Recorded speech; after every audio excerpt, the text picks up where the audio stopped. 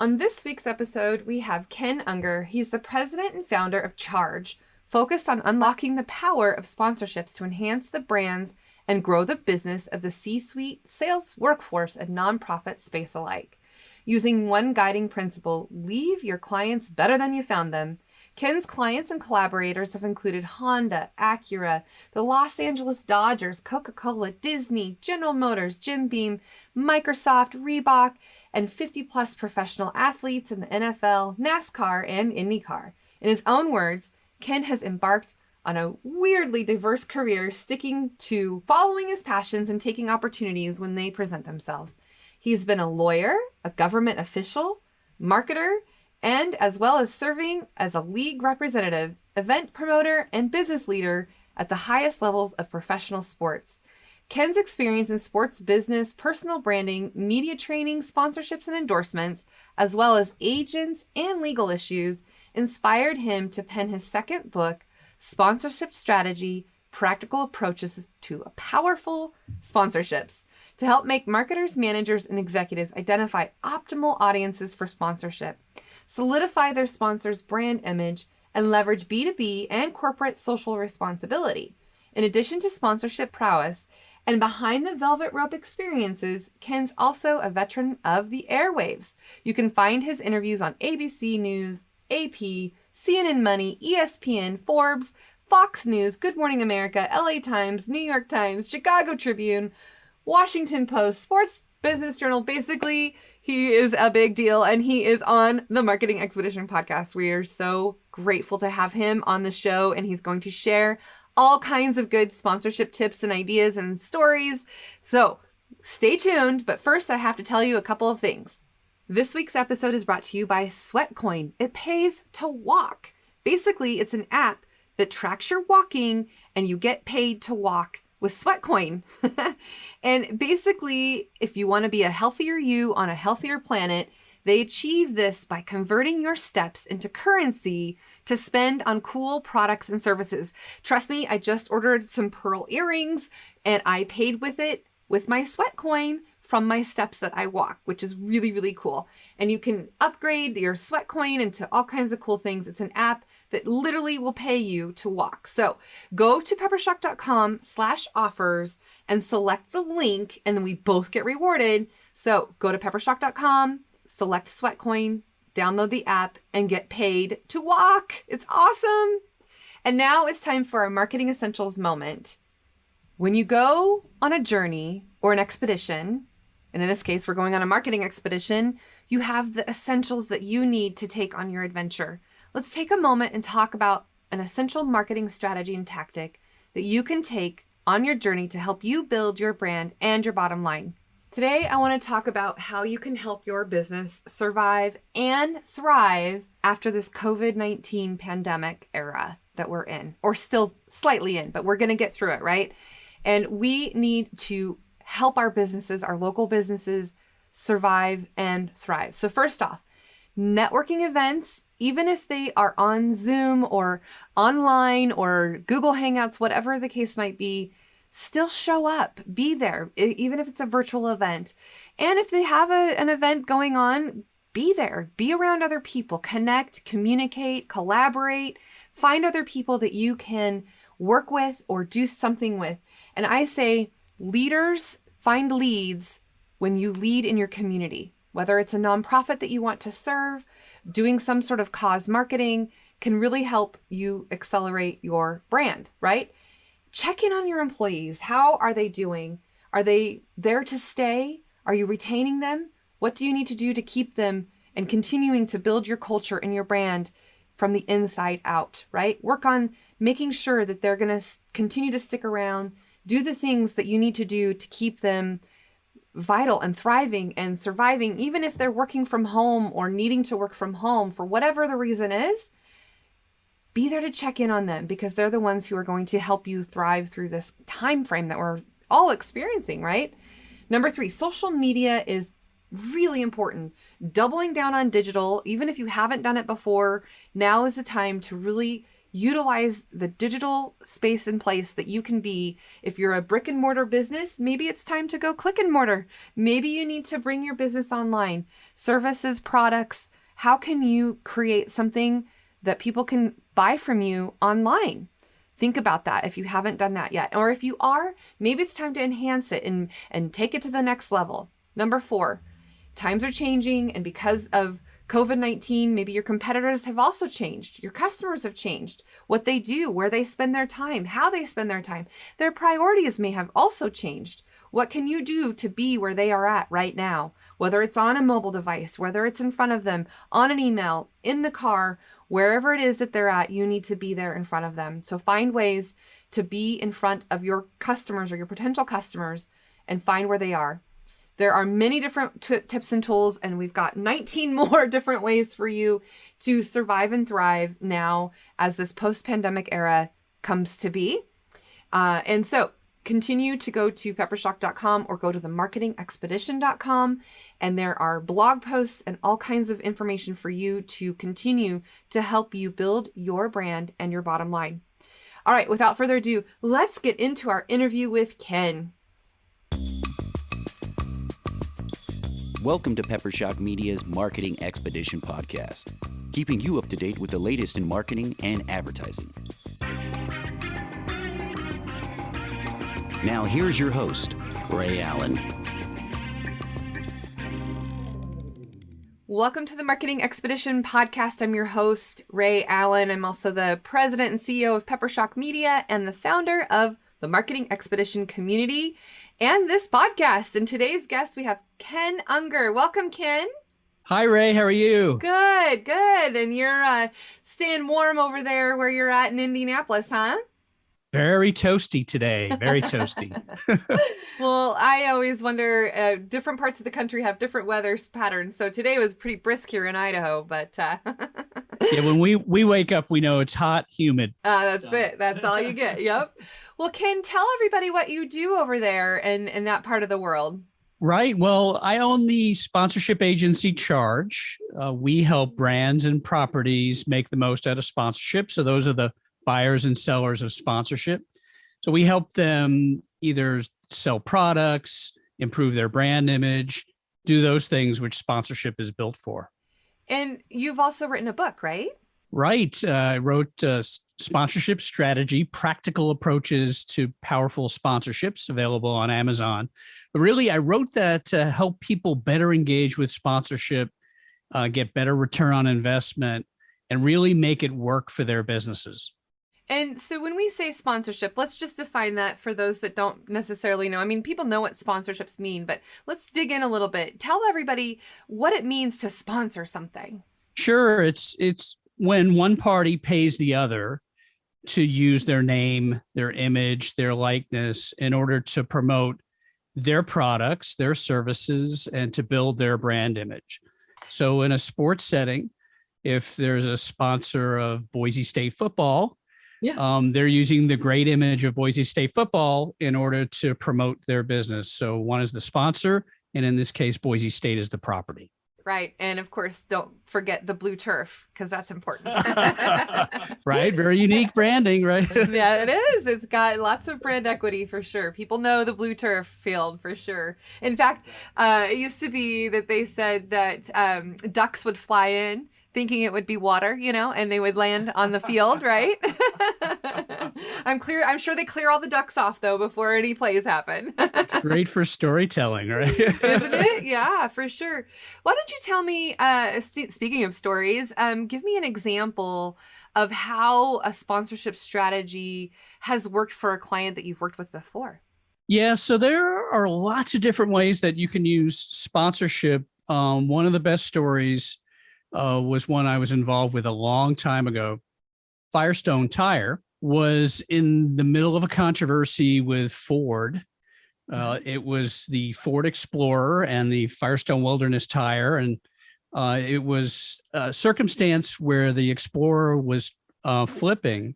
Oh, dear. And the question was it the design of the car or was it the tire? It really didn't matter, but it had shaken consumer confidence.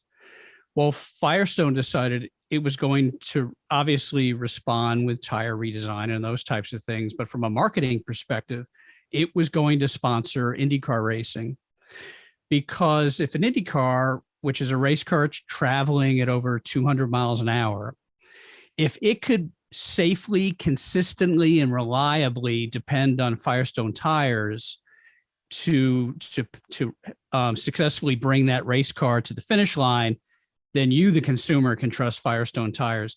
So that's a great example of when a sponsor used a property to improve their brand awareness, and in this case, their brand image. I just love that example.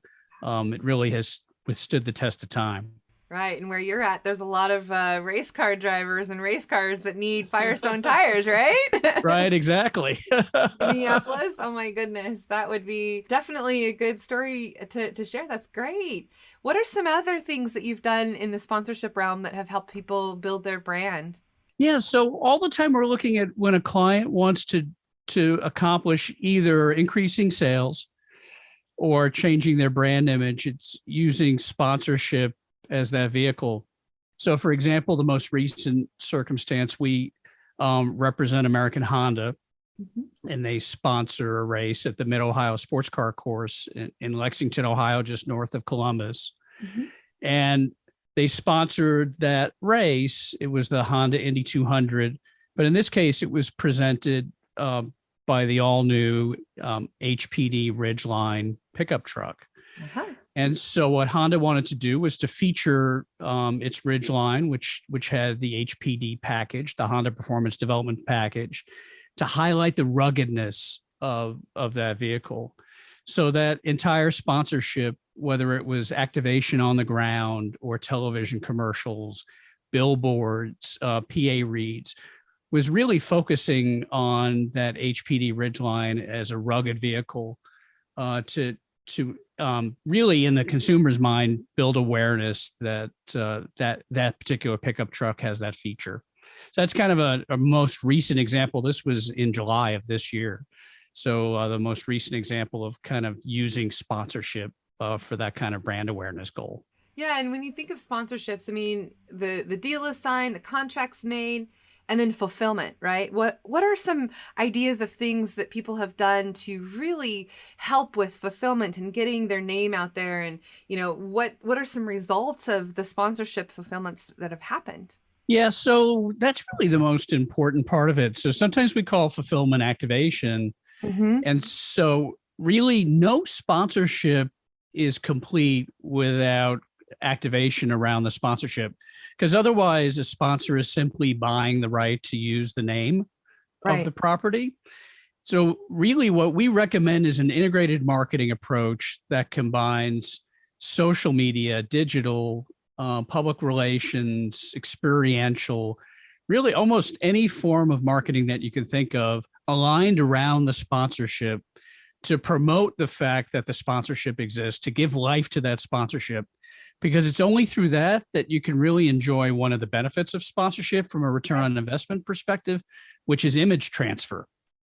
So there's research that indicates that the image of the sponsor is improved by virtue of transferring those good feelings that consumers have about the property. So for example, we'll stick to Boise State. If I'm a Boise State fan, and someone is sponsoring Boise State, I'm going to feel better about that sponsor because they support the football team that I love. Right. Go Broncos. Yeah, exactly. And so all those things don't happen really without a robust integrated marketing plan, again, sometimes called activation or fulfillment. So really you have to have that through line of planning and strategy in order to create that return on investment.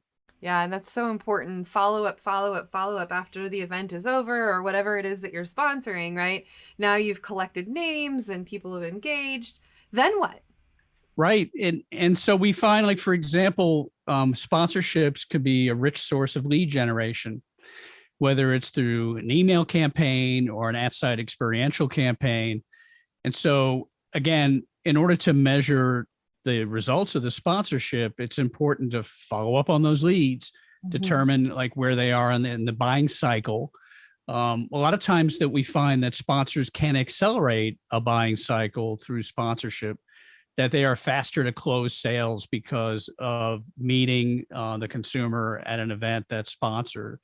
So all those things have to be followed up on post-event in order to really enjoy the true return on investment of the entire sponsorship. Right. That's where the rubber hits the road, is when you can actually sell something as a result of it, for sure. Absolutely. So Ken, let's back up a little bit. What got you into this space? What made you decide that this is an area that you could focus on and excel at? Well, it really started with my love of marketing. Yeah. And so I love the communications aspect of it. I love bringing stories to life. And I love the way that marketing makes people feel in terms of connecting them with stories and connecting them with brands and products and services which make their lives better. And then from that, I found sports. So I lucked into sports marketing kind of midway through my career. And sports marketing, I felt, was kind of marketing on with jets, because I really felt that combining both the virtues of marketing, like the storytelling and the emotional part of it, with the things that make sports great. They come from behind win against all odds. The underdog can do anything. All those things, that reasons that we love sports as a community, combining those things really resonated with me. And then through that, I found sponsorship. Yeah. And one of the reasons I love sponsorship is it's all about the win-win. So if you look at something like advertising, for example, it could be a win-win, but it's basically a one-way transaction, right? The person who's buying the advertising pays for that advertisement, and then they receive exposure in return. What I love about sponsorship is it's a two-way transaction. It is both parties promoting each other. And so with one relationship, you have two parties benefiting from joint marketing.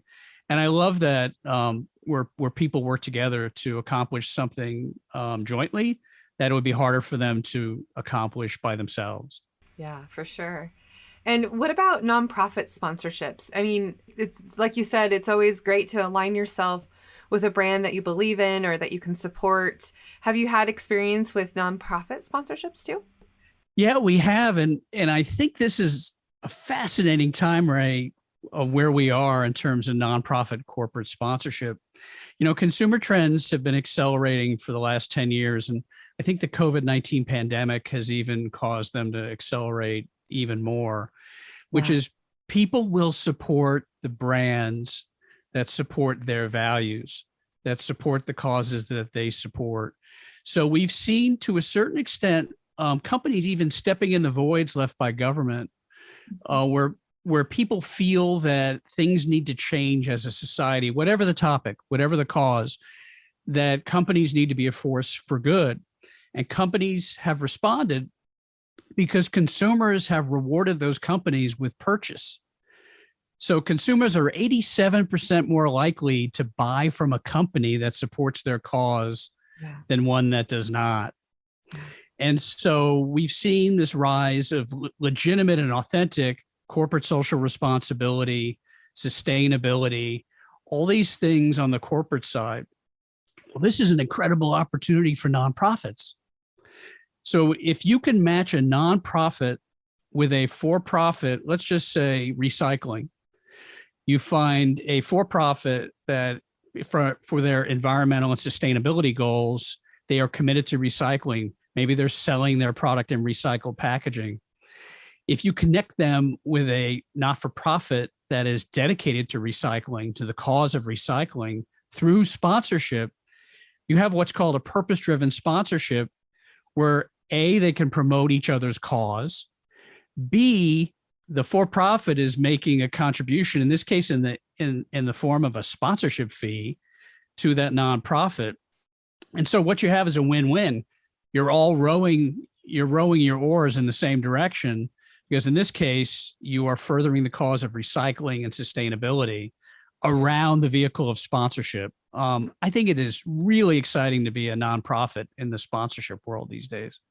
Yeah, I think it's definitely an area to focus on. And let's talk a little bit about the pricing structure of a sponsorship. there's levels, there's escalators, there's things to consider when you're putting a sponsorship deal together. Tell our audience a little bit more about things that they need to consider when they're thinking about sponsoring an event, or maybe the event wants somebody to help sponsor them. Like, what are some things to consider when putting those deals together? Yeah, that's a great question. And I think I'd start off by saying that it isn't a one size fits all.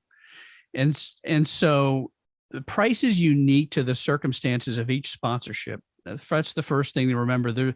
There's no like rack rate for sponsorship like there may be in advertising for a 30-second spot. It's different depending on the uniqueness of the sponsorship. The other is that sponsorship is not just for what I hear this all the time, that sponsorship is for big companies. Not true. It could be at any level. You can have a dry cleaner sponsoring a little league team, all the way you can have Toyota being a sponsor of the Olympic Games for hundreds of millions of dollars. So it's everything in between.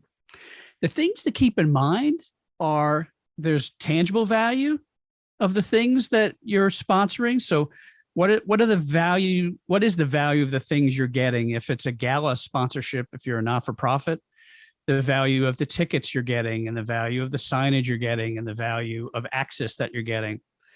And then there's intangible value, which is the value of associating with a brand.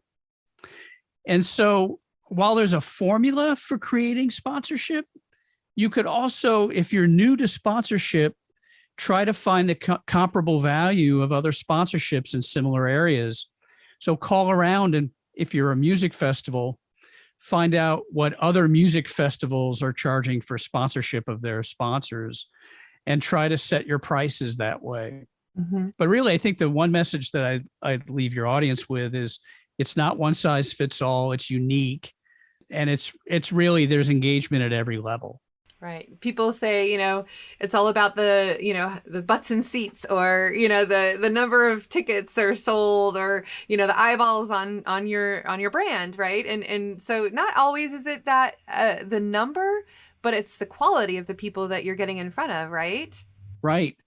And so it's really important. I mean, that raises a great point, to understand your audience, mm-hmm. and understand their propensity to buy your product. So a lot of times, as part of a sponsorship, a sponsor would ask the property, is your audience ready to buy my product? So for example, if it's an auto company, are they within 6 months getting ready to purchase a new automobile or new or used automobile?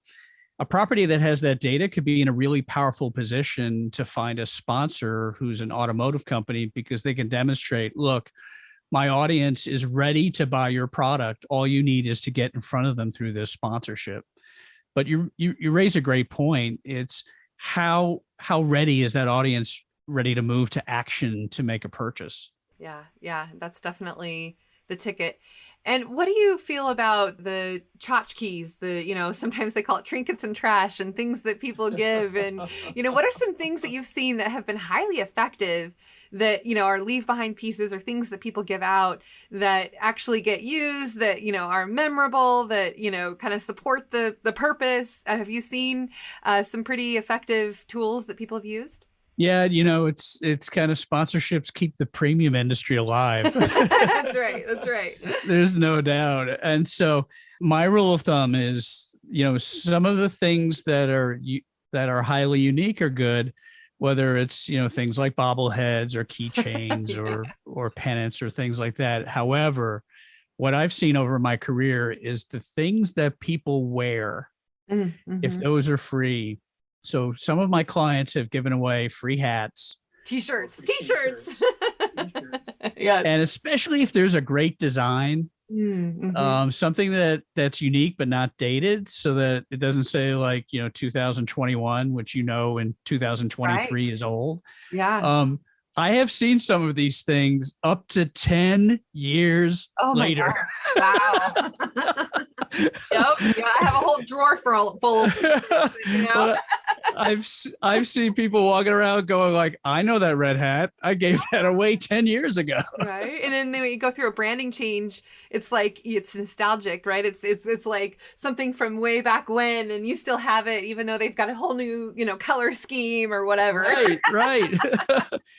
So I like wearables. If you're listening to this and you create some wearables around your sponsorship, it will go like hotcakes. Oh yeah. Well, and other things that people give out too, like coupons or, codes or things that they can do. I've seen a huge increase in QR codes. I mean, those have been around for years, but more and more people are using them so that they can be contactless. And yeah, I don't know. I think there's definitely a world of opportunity for unique items and things that people would use, like you said, in wearables. That sounds like something that people don't just toss and throw away, right?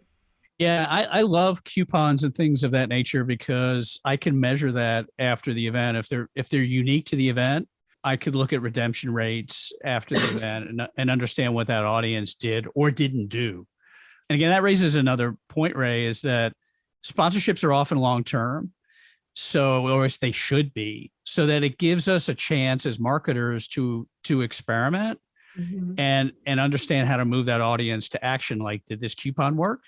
Okay, it did. Let's double down and do some more. Those types of experimentation have built return on investment many-fold just over the course of a longer term sponsorship. Right. And they have to be ready for redemption. That is one thing that I've learned. Like if they, give all of these coupons out at a baseball game, for example, like I think fast food chain gave out free hamburgers, and like after the game, everybody was there. I'm like, oh, maybe they could have staggered that or done something a little bit different, but you're right. They need to be prepared and ready for when it comes time for those people to utilize those things. You are exactly right. Because you turn now customer enthusiasm to customer frustration. Exactly. Yeah. Well, this has been really great, Ken. And so just share with everybody how they can get a hold of you and what you would like to share with our audience. Sure. You can reach us. Our website is at chargesponsorship, one word, chargesponsorship.com. And for your audience, Ray, we've put together a page of free content for your audience. So it's templates and directories and things which will really help people, especially the sellers of sponsorship, get started and improve their program. And that could be found at chargesponsorship.com/free stuff. Excellent. And we'll put that in the show notes as well and make sure everyone can have access to that. I really appreciate you sharing those things because it is helpful, especially for some of our nonprofits and those that are just getting started with the sponsorship arena.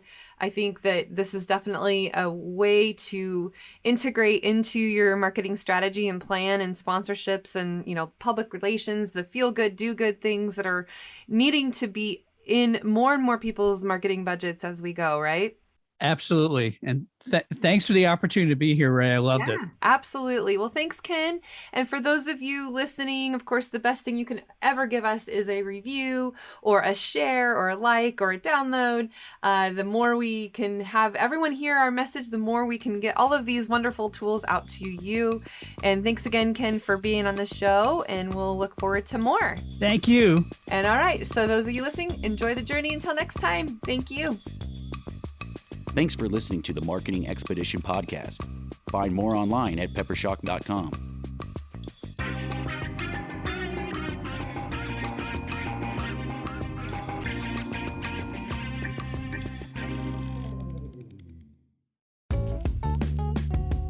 Wouldn't it be great if there was one place you can go to get all the latest information and tips about marketing and advertising?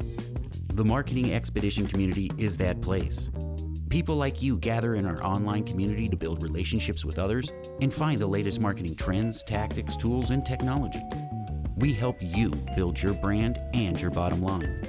Start your adventure today. Visit themarketingexpedition.com to find out more.